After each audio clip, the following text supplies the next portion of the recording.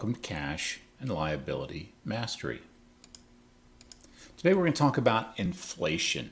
Inflation considerations are important for the specific reason that they have a huge impact on buying power. And if you think about it, the whole reason that you think about earning money in a career or a job is because that money can buy you something. If you save money for the future, you hope at some point that money can be used in the future to buy something that you might need, clothing, food, housing, etc. So inflation considerations are really all about buying power or purchasing power. So what is inflation? There's inflation, there's deflation, there's many different dynamics, but inflation is the one that persistently is always engineered because it has a function in our society, but we need to understand that what inflation does is it reduces the buying power of our currency over time, whatever that currency may be. In this case, let's just say the US dollar. There are lots of causes of inflation. There can be what's called demand pull. And think about it. A new manufacturer comes out with a limited edition new sneaker that's signed by an athlete. Because it's limited, because there's a demand that's pulling that product forward, they can charge a higher price for it. So that's an example of by charging a higher price, you can buy it, but your money doesn't go as far. If you have to spend $150 on a pair of sneakers you would normally pay $100 for, that's inflation for you. Now you could say, I don't demand those sneakers, I can pass, right? But then there are other things where there's a cost push, where, for example, you want to go buy balloons for your daughter's birthday party, and she loves balloons, but helium has doubled in price. And because helium has doubled in price, the balloons now cost $10 instead of $5. So when production costs increase, these can affect things such as the gas we buy from our cars, the food that we buy at the store. Those costs going up cause a push of higher prices to us as a consumer. So oftentimes this cost push is one of the things that we start to feel in our spending. And there are certain built-in types of things, and that's often, for example, our currency in the United States as we print more money, as we continue to push more currencies out into our society by having more money built in to our system. There's more competition for that money and where it can go. In other words, more people get paid higher wages, and as they get paid higher wages, they can spend more when they go down to the local store to buy a burrito. And if they can spend more, that person can pay his people more, but he needs to charge more for those burritos. And it creates this cycle where inflation gets baked into how we interact. Now, again, at the end of the day, what's this all about for you? Well, inflation historically very rarely is negative. We see only 2 times in history where inflation was actually deflation. So we mainly focus on inflation. And for those people that lived through the 80s, they saw gas prices doubling and tripling very quickly. In some countries, we've seen prices go up 100% a day. And imagine, when we talk about purchasing power, if you have $1 million, you may feel very wealthy. And that's because of what that $1 million can buy for you. What can it purchase for you? But if you found out tomorrow that a loaf of bread was $1 million, would you feel wealthy? If your purchasing power is reduced in that way, you probably wouldn't feel wealthy. But fortunately for us, we haven't had that experience in the United States, but we have experienced and are experiencing inflation almost always. So if your income in your job grows by 5%, that means you actually have 5% more in real spendable money. But if inflation is 2%, that means everything costs 2% more. So your real income growth is 3%. But the good news is your purchasing or buying power went up. What often happens is our income growth goes up 2%. And we don't see the inflation, but it also went up 2%. We actually feel richer because we saw our income go up. But we're also seeing other products and services going up. So our real income growth is zero. This can be really difficult when people feel like they're wealthier and then start spending more money, only to realize later on that they have less money to actually spend because the cost of those goods went up. And what's really difficult is if the income growth doesn't keep up with inflation, meaning your income goes up 1%, but inflation is 2%, then what happens is we have a real income loss of 1%. We actually are less wealthy. Our purchasing power is going down. So let's say you make $100,000 and your income grows at 3% a year. What does that mean? That means next year your income would be $103,000. Yippee, I feel wealthier. Now if inflation is 2%, how much are you really making in a year in purchasing power terms? In other words, in inflation adjusted terms.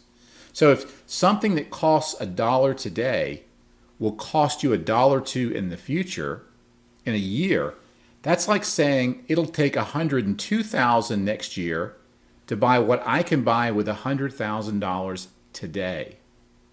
So my real purchasing power increased by $1,000 because I'm making $103,000, but it takes $102,000 to buy the same goods and services.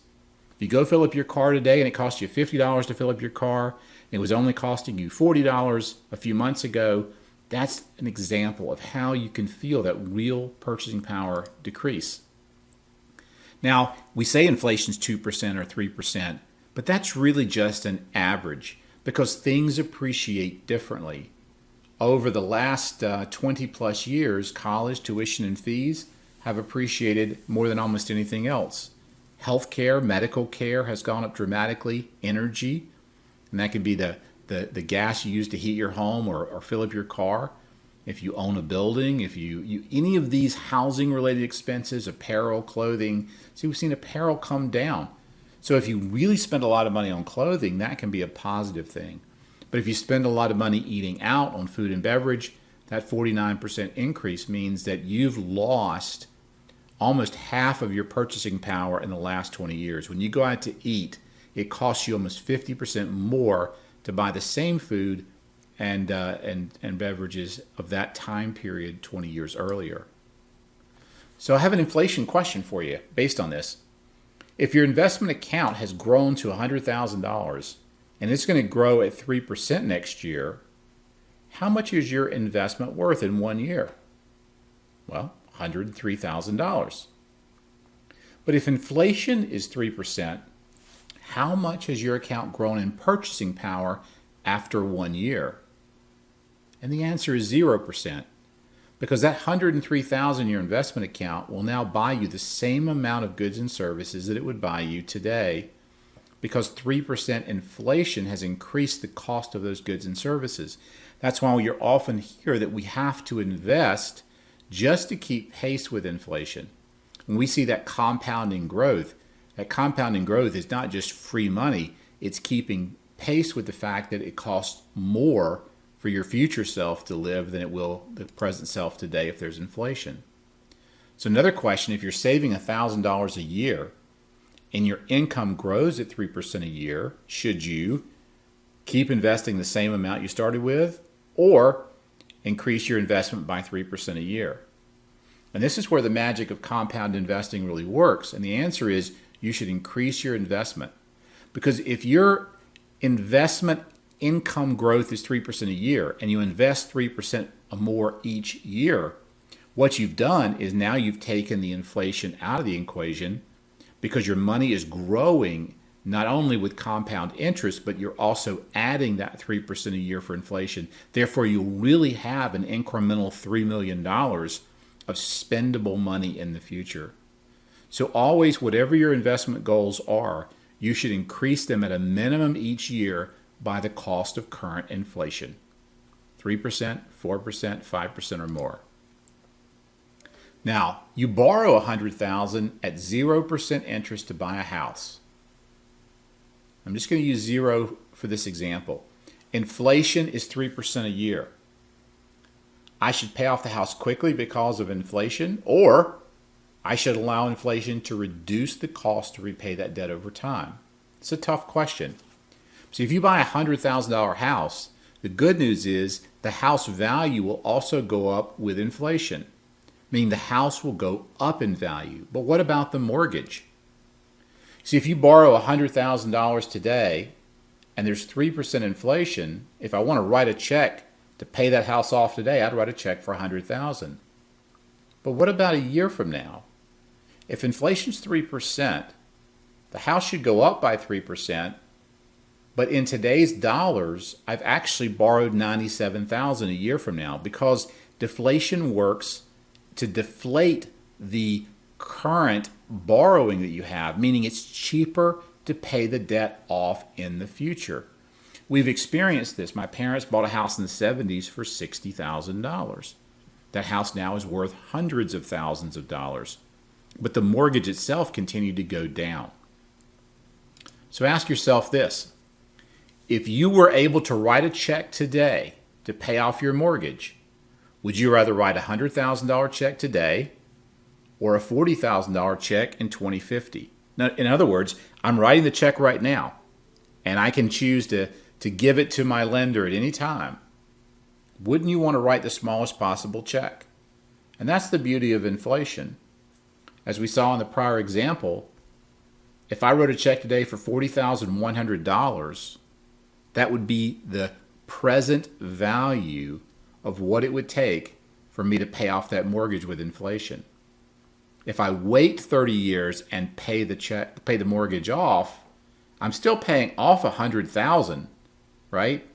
It's just going to feel like $40,100 because I'm using a discounted purchase value to pay off that mortgage.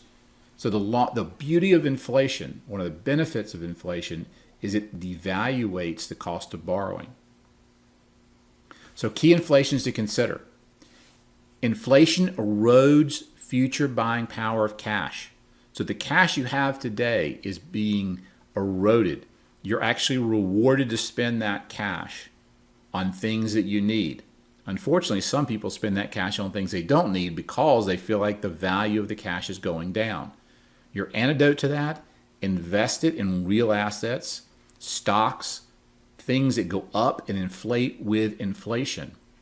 And understand that inflation decreases the cost of borrowing. That includes borrowing that you take out and bonds and things that corporations or the U.S. government. Because if they borrow money, inflation helps them because they get to pay off that debt with cheaper dollars in the future.